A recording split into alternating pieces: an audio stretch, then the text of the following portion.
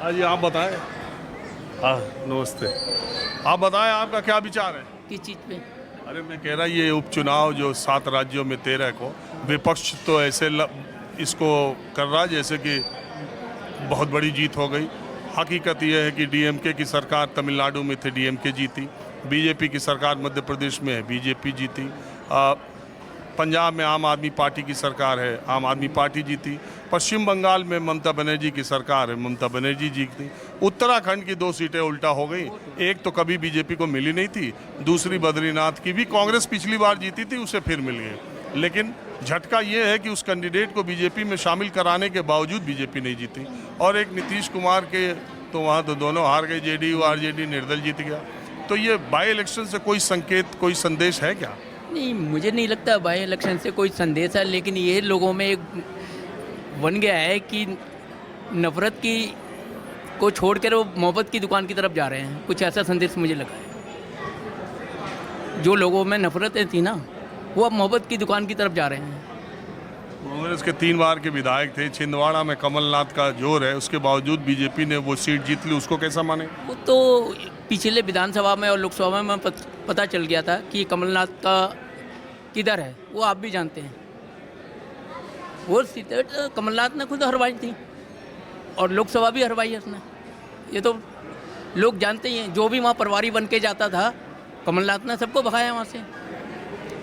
मध्य प्रदेश का तो खुला खेल है। आप ज़्यादा जान रहे हैं, कमलनाथ इतने बड़े नेता रहते तो कांग्रेस को जिता नहीं लेते। केवल एक नेता से आप कह रहे हैं कि कमलनाथ की क्यों नहीं, जितने भी प्रभारी गए वहाँ पे, किसी को एक प्रभारी को वहाँ टिकने दिया कमलनाथ ने? क्यों नहीं? क्या वजह है इसकी? जो हाई कमान ने जितने प्रभारी वहाँ भेजे, क्यों नहीं टिक पाया कमलनाथ के पास? तो हाईकमान उन्हीं को पूरा मध्य प्रदेश का चुनाव नहीं दे दिया था?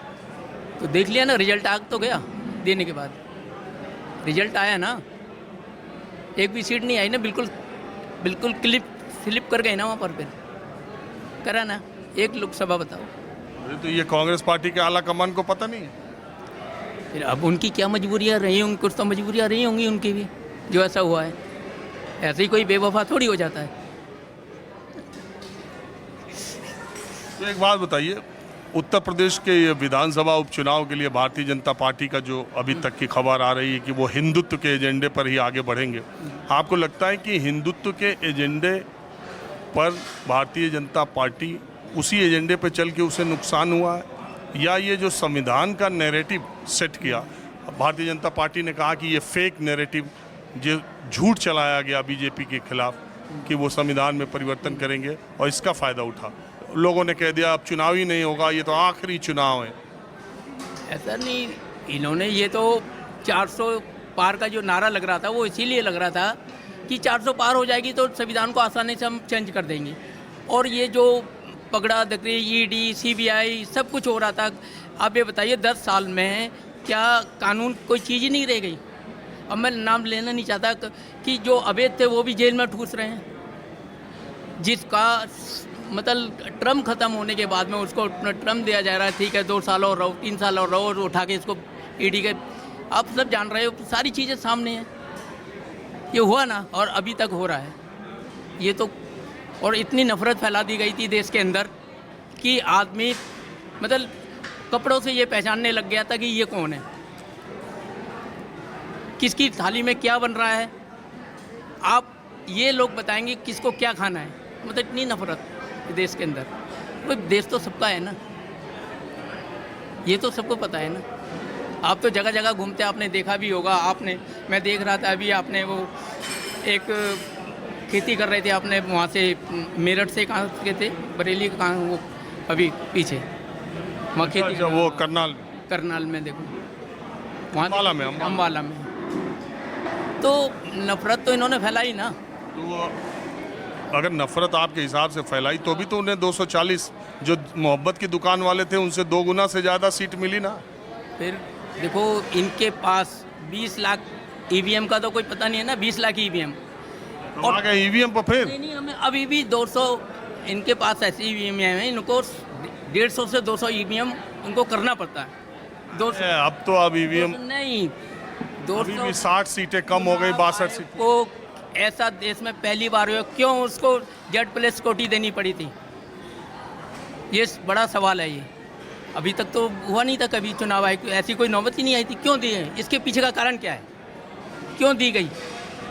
एक रिक्वेस्ट है आपसे कि मैं आपके माहौल देखता रहता हूँ, लेकिन मैंने कभी भी आज मतलब 10 साल से मैं देख रहा हूँ, लेकिन कभी भी आपने हिंदू मुस्लिम पे डिबेट नहीं करवाई। नहीं, मैं तो नहीं करता। नहीं करवाई आप, लेकिन आज ये हिंदू मुस्लिम पे ये मुझे अच्छा नहीं लगा। अरे मैंने तो कभी अब डिबेट का नहीं, आज 10 साल से मैं देख रहा हूँ आपका। राजीव जी मेरे जूनियर हैं आप, मैं जानता हूँ, लेकिन मैंने कभी नहीं देखा। फिर से इस नैरेटिव को क्यों चला रहे हैं आप?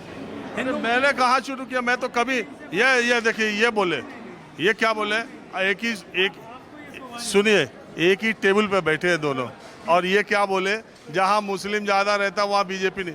तब मैंने इनसे कहा कि ये ऐसी बात क्यों कह रहे हैं। मोहब्बत की दुकान में जो सैक्रिन है ना, सैक्रिन के अंदर पॉइजन डाल के सबको वो बेचने की बात कर रहे हैं भाई साहब, जो समझा रहे हैं मोहब्बत की दुकान। एक बात बताओ, तो जब उसमें देश के प्रधानमंत्री कहेंगे कि आपका जो है मंगलसूत्र इनको भेज दिया जाएगा जिनके पास ज़्यादा बच्चे हैं, अब मुजरा वो वोट बैंक के लिए मुजरा करेंगे, जब वो कहते हैं कि माइनॉरिटी के लिए हम रिजर्वेशन ख़त्म कर देंगे। उन्हीं की पार्टी कर्नाटक में रूल कर रही थी, चुनाव के पहले उन्होंने माइनॉरिटी का रिजर्वेशन ख़त्म किया। जब तक सरकार चली तब तक माइनॉरिटी का रिजर्वेशन था, वहाँ वोट लेना था तो उन्होंने कहा कि हम वोका लिग्गा और उसमें दोनों में बांट देंगे। ये सब काम चुनाव से पहले भाजपा ने किया।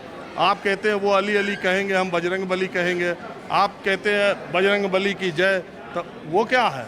आप जब ये मोहब्बत फैलाने का काम होता है। मेरी बात सुनो, मैं क्या कहना चाहता हूँ सर, मोहब्बत की दुकान के शब्द प्रयोग किया, इसीलिए मैं आपको समझा रहा हूँ कि भारतीय जनता पार्टी, मान लीजिए राहुल ने 8,500 देने का बोला था ना, उसके बदले मान लीजिए भारतीय जनता पार्टी 17,000 रुपया मंथली। तो आप पैसे पे आ गए, जब आप मोहब्बत और नफरत की बात हुई तो पैसे पे आ गए, 8,500 17,000। मैं वो समझाना चाहता हूँ, 8,500 का उन्होंने चुनरी डंडेरे में बोला था ना, उसके बाद 17,000 मान लीजिए अनाउंस किया होता भाजपा ने, तो भी मुस्लिम लोग भारतीय जनता पार्टी को वोट नहीं देते। मैं वो कहना चाहता हूँ, क्योंकि उनके मन में जो पूर्वाग्रह है भारतीय जनता पार्टी के साथ में, वो अपने आप खुल जाता है।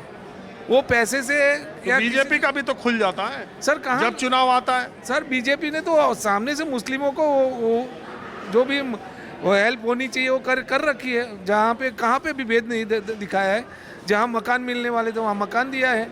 फिर भी भारतीय जनता पार्टी ने को मुस्लिम लोगों ने वोट नहीं दिए। मैं ये अच्छा, एक बात बताइए, 437 या कितनी सीटों पर बीजेपी चुनाव लड़ी थी, एक मुस्लिम कैंडिडेट लोकसभा के लिए उसे नहीं मिला।